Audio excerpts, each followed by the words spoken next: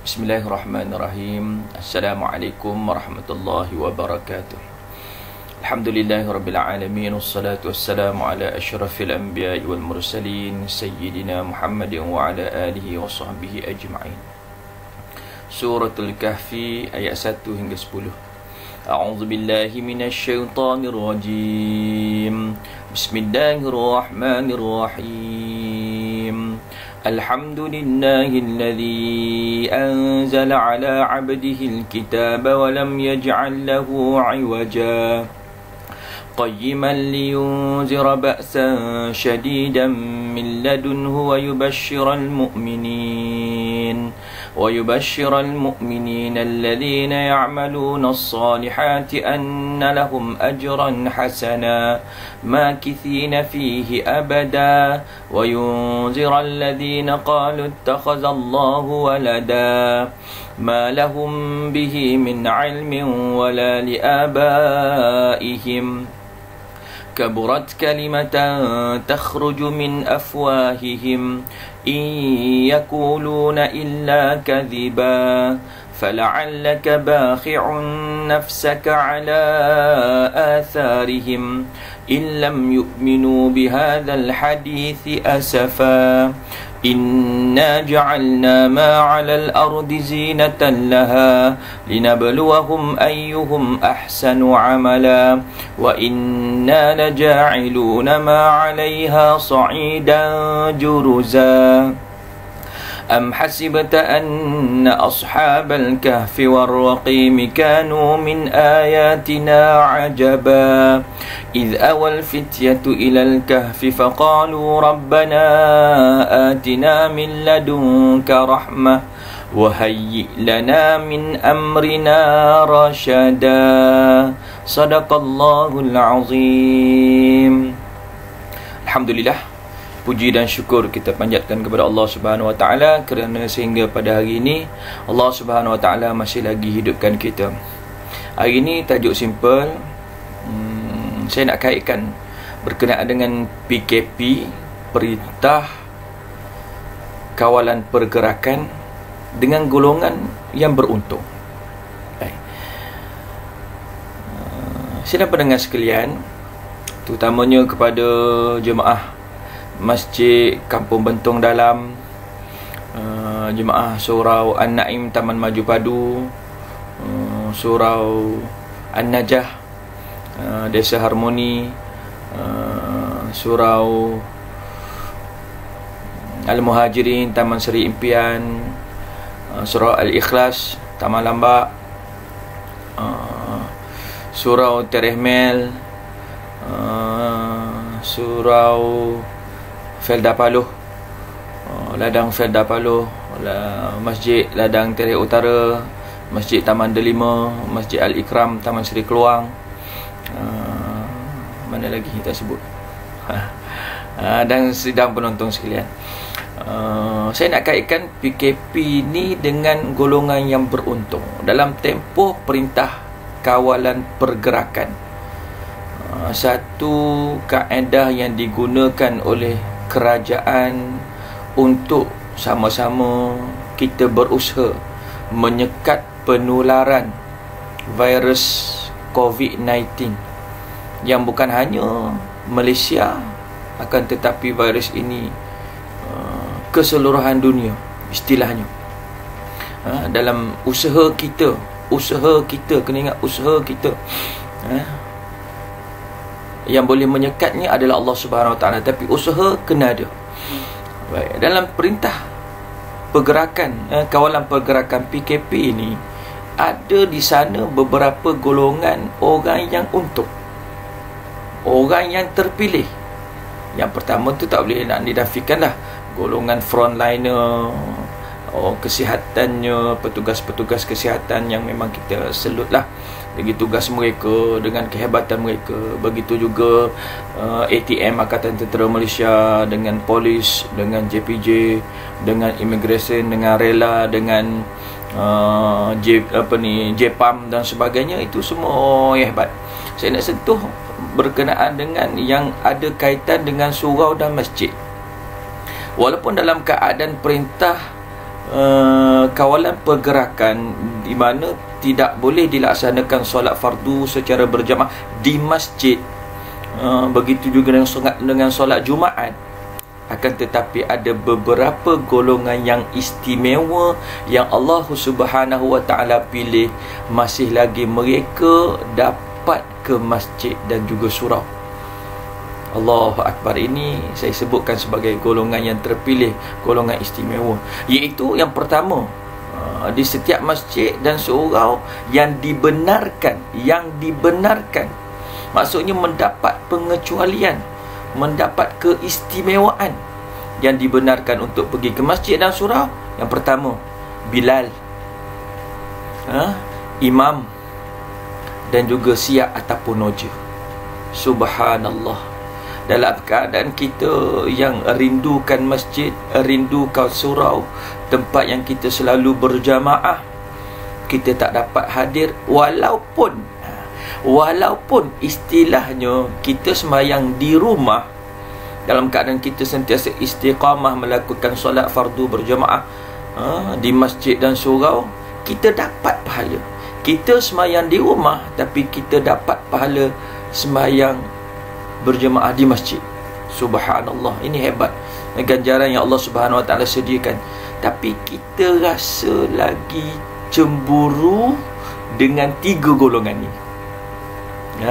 Dengan tiga golongan ini, Bilal, imam, dan juga siap ataupun noja. Sebab apa?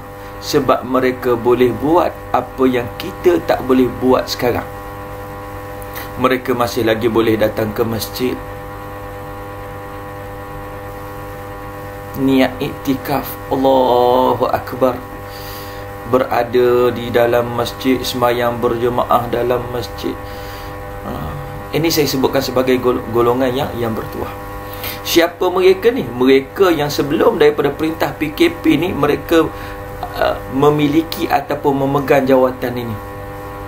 Sebelum daripada perintah PKP ni, memang mereka ni, mereka adalah imam, mereka adalah Bilal, mereka adalah siap ataupun noja. Walaupun ada orang tu dia sebagai pengurusi masjid, tapi tak boleh. Sebab dalam senarainya tak termasuk pengurusi, kecuali pengurusi masjid itu adalah imam. Dia boleh pergi ke masjid ataupun dia boleh pergi ke surau dalam keadaan dia ni sebagai imam. Kalau atas jawatan dia ni sebagai pengurusi, ataupun dia ni sebagai setiausaha, ataupun dia ni sebagai bendahari, tak boleh.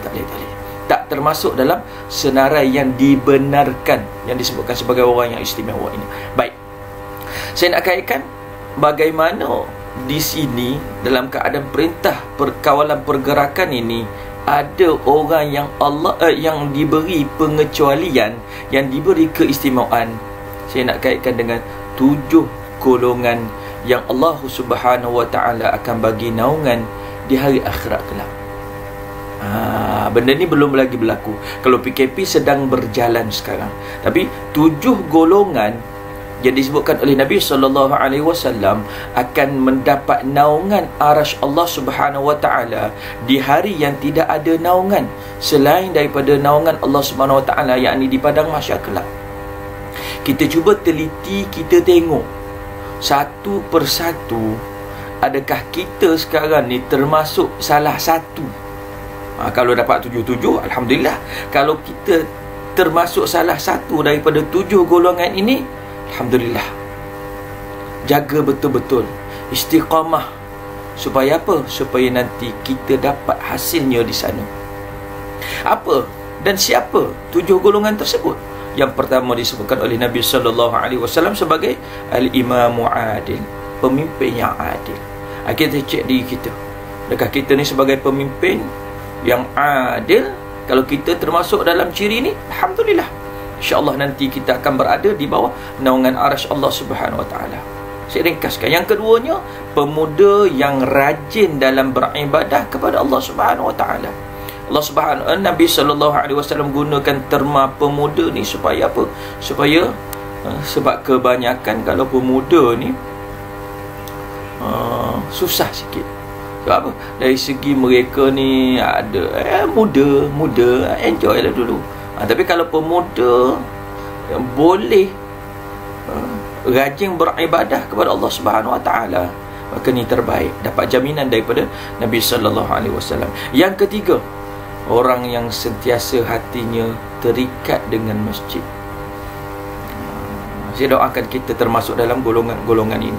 Walaupun dalam keadaan sekarang perintah kawalan pergerakan, tapi bila kita tengok ataupun kita tengok masjid ataupun kita tengok surau, tempat yang biasa kita sembahyang berjemaah, ataupun kita dengar laungan azan, Allahu Akbar, dengar laungan azan tu, kadang-kadang nak pergi masjid tapi tak boleh.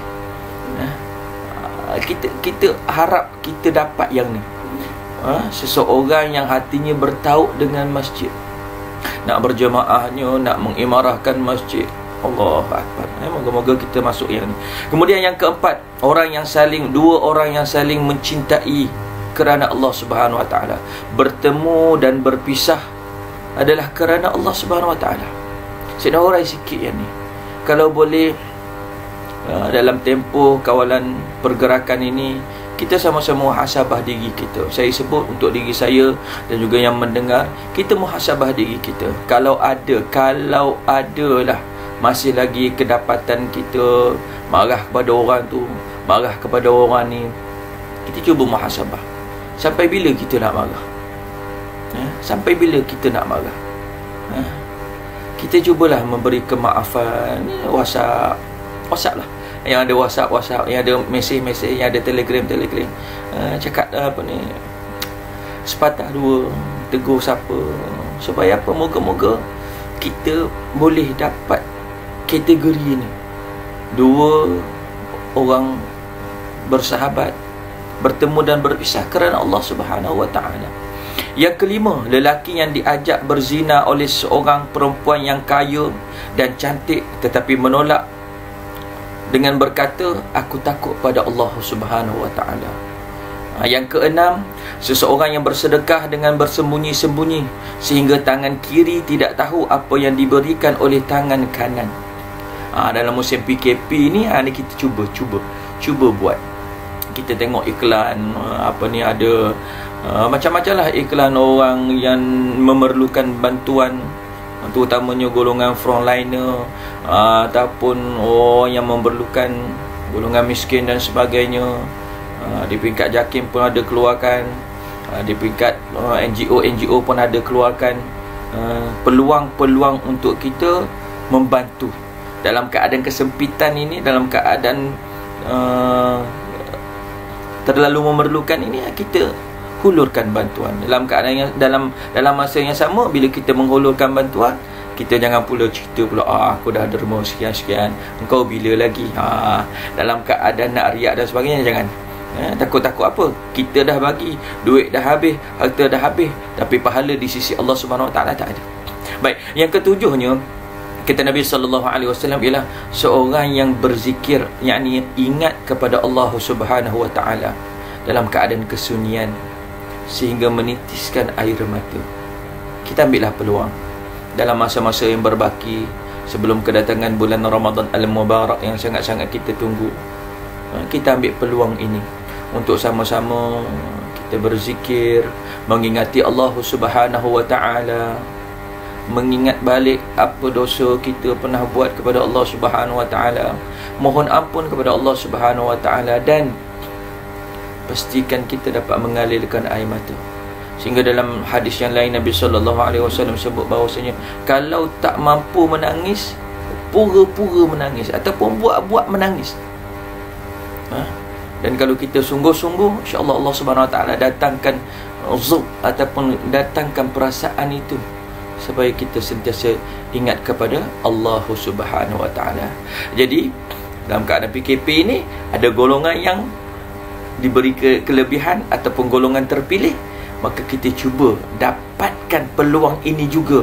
Untuk apa? Nanti kita berada di sana, di padang mahsyar nanti, kita termasuk salah satu golongan yang dipilih oleh Allah Subhanahu Wa Taala mendapat naungan arasy Allah Subhanahu Wa Taala, insya-Allah. Sekian untuk pertemuan kali ini. Moga-moga kita akan jumpa lagi. Saya sudahi dengan doa insya-Allah. A'udzubillahi minasyaitonirrajim. Bismillahirrahmanirrahim. Alhamdulillahi Rabbil Alamin. Wassalatu wassalamu ala ashrafil anbiya'i wal mursalin Sayyidina Muhammadin wa ala alihi wa sahbihi ajma'in. Allahumma inna na'udzubika minal barasi wal junun wal juzam wa min sayyi'il asqam. Bismillahilladzi la yadurru ma'asmihi syai'un fil ardi wa la fis sama' wa huwas sami'ul 'alim. Na'udzu bikalimatillahi tammati min syarri ma khalaq. Allahumma ya dafi'al bala' ya Allah, ya dafi'al bala' ya Rahman, ya dafi'al bala' ya Rahim. Idfa' 'anna kulla bala'id dunya wa bala'il akhirah. Rabbana atina fid dunya hasanah, fil akhirati hasanah wa qina 'adzabannar. Wa sallallahu ala sayyidina Muhammad wa ala alihi wa sahbihi wa sallam. Walhamdulillahi rabbil alamin. Taqabbalallahu minkum minna wa minkum taqabbal ya karim.